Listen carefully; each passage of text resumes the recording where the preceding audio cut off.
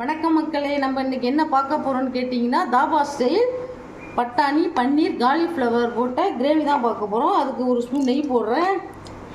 SVS கடலை எண்ணெய் செக்கு எண்ணெய் ஊற்றுறேன். நான் அந்த எண்ணெய் தான் யூஸ் பண்ணுவேன். ஊற்றிட்டேன். அடுத்தது ஒரு பட்டை, 2 லவங்கம், பாதி எண்ணெய் சிமுக்கு, 2 ஏலக்காய், ஒரு பச்சை. அதுக்கப்புறம் இது பாருங்கள், நான் வந்து ஒரு பெரிய வெங்காயத்தை பேஸ்ட்டாக அரைச்சி வச்சுருக்கேன்.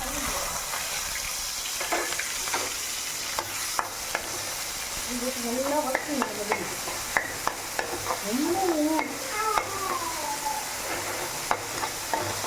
ரொம்பவும் பைன் பேஸ்ட்டாக இருக்கக்கூடாது, கொஞ்சம் குறவான இருக்குது.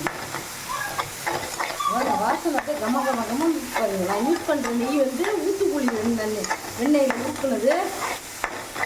வெங்காயம் பாருங்க, நல்லா பொன்னிறமாக கோல்டு நல்லா வதங்கிடுச்சு. இப்போ நான் ஒரு பெரிய தக்காளியை அரைச்சி வச்சுருக்கேன், அதையும் போடுறேன். அதுக்கு தேவையான கிரேவிக்கு தேவையான உப்பு போடுறோம். அதையும் போட்டு நல்லா வதக்கணும். எண்ணெய் பிரிஞ்சு அளவுக்கு வதக்கணும். இது வதக்கிட்டே இருக்கு, எண்ணெய் பிரிஞ்சு வரும்.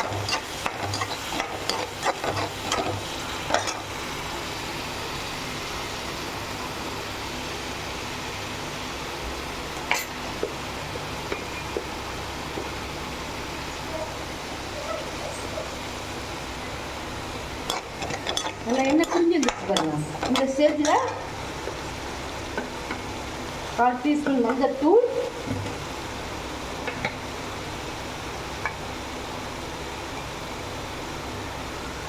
1/2 டீஸ்பூன் சில்லி பவுடர், இது பாருங்க 1 டீஸ்பூன் மல்லித்தூள். இதெல்லாம் போட்டு நல்லா சிம்பிள் வச்சு நல்லா கருகி போயிடும். நான் பட்டாணி ஊற வச்சு வச்சுருக்கேன். அதில் ஒரு கை போடுறேன், ஒரு கை பட்டாணி போடுறேன். இதில் மஞ்சத்தூள் போட்டு, நான் வெதுப்பான தண்ணியில் மஞ்சத்தூள் போட்டு காலிஃப்ளவரை போட்டு இதை வடிகட்டி வச்சுருக்கேன். இதுங்க அதில் போட்டுக்கலாம். ஒரு கொத்து கருவேப்பிலை போட்டுக்கலாம். எல்லாத்தையும் வதக்கணும்.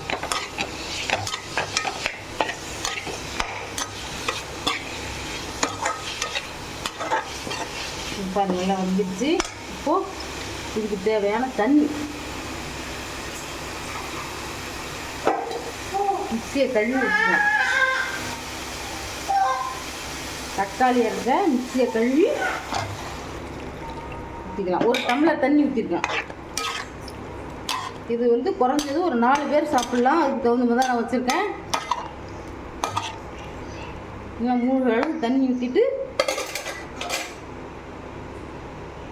நிமிஷம் கொதிக்கட்டும். 10-20 நிமிஷம் நல்லா கொதிக்கட்டும். அடுத்தது பார்க்கலாம். பாருங்க, ஒரு கொதிச்சோடனே ஒரு 2 ஸ்பூன் தயிர் போட்டுக்கோங்க. நம்ம தயிரை போட்டு வதக்கக்கூடாது. ஒரு கொதிச்ச உடனே நல்லா கெட்டி தயிரை, புளிப்பு இல்லாத தயிரை அந்த மாதிரி அடித்து ஊற்றிக்கணும்.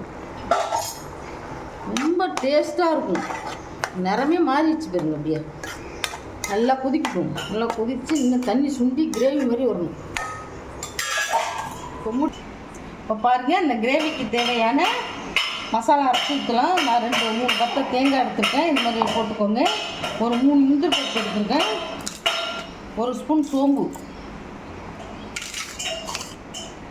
1 ஸ்பூன் பொட்டுக்கடலை 1 ஸ்பூன் தான் போடணும். நான் வந்து ஒரு 4 பேர் சாப்பிட்றதுக்கு தான் வைக்கிறேன். உடனே நாங்கள் வந்து அப்பப்போ செஞ்சு தான் சாப்பிடுவோம். இப்போ பாருங்கள், அரைச்சிட்டேன். எப்படி நல்லா நைஸாக அரைச்சிருக்கேன் பாருங்கள். இந்த மாதிரி நைஸாக இருக்கணும் அரைச்சி வச்சுருக்கேன். அடுத்தது பார்க்கலாம். இப்போ பாருங்கள், கிரேவி நல்லா கொதிச்சிருச்சு. இதுக்கு ஒரு 1/2 ஸ்பூன் வெள்ளை சர்க்கரை போடுறேன். வச்ச தேங்காய், முந்திரி, பொட்டுக்கடலை, சோம்பு போட்டு அரைச்சி வச்ச பேஸ்ட்டை ஊற்றுறேன். கொத்தமல்லி தழை போடுறேன். போட்டு நல்லா ஒரு கொதி விடணும்.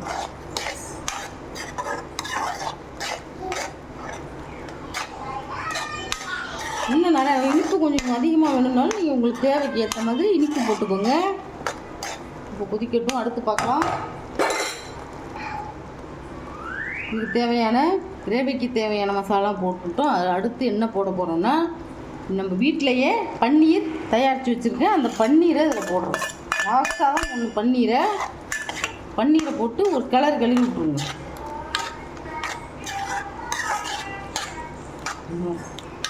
பாருங்க எவ்வளோ சூப்பராக இருக்கு பாருங்க.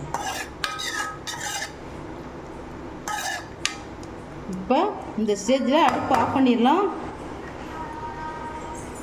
ரொம்ப ரொம்ப அருமையான மிக மிக சுவையான தாபா ஸ்டைல் பன்னீர் பட்டாணி காலிஃப்ளவர் கிரேவி ரெடி.